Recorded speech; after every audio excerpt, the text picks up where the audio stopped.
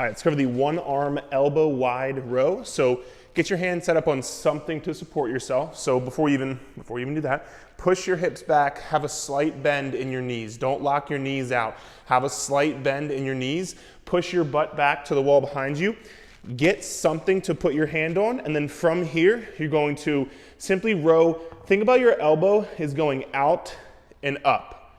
Okay, so I'm going to show you from a few different angles, but that's what you want to think about. You also want to think about your elbow being essentially in line with your wrist. So you don't want your wrist out here, you don't want your wrist in here. Your elbow should be in line with your wrist, and I'll show you that here in a second. So again, elbow wide row, come up, squeeze, back down, come up, squeeze, back down. Get a full stretch at the bottom. Almost think about you're reaching towards the ground in front of you, and then pull it back hard, okay? You want to think about squeezing your upper back right here, squeezing that together. Show you from this angle.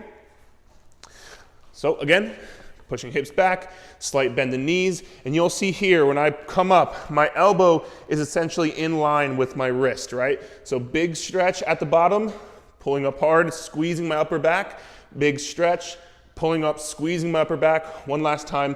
Again, reach towards the ground in front of you, and then try to think about on this side, like pinching a pencil between your shoulder blades with this arm. Squeeze, squeeze, squeeze, and then back down.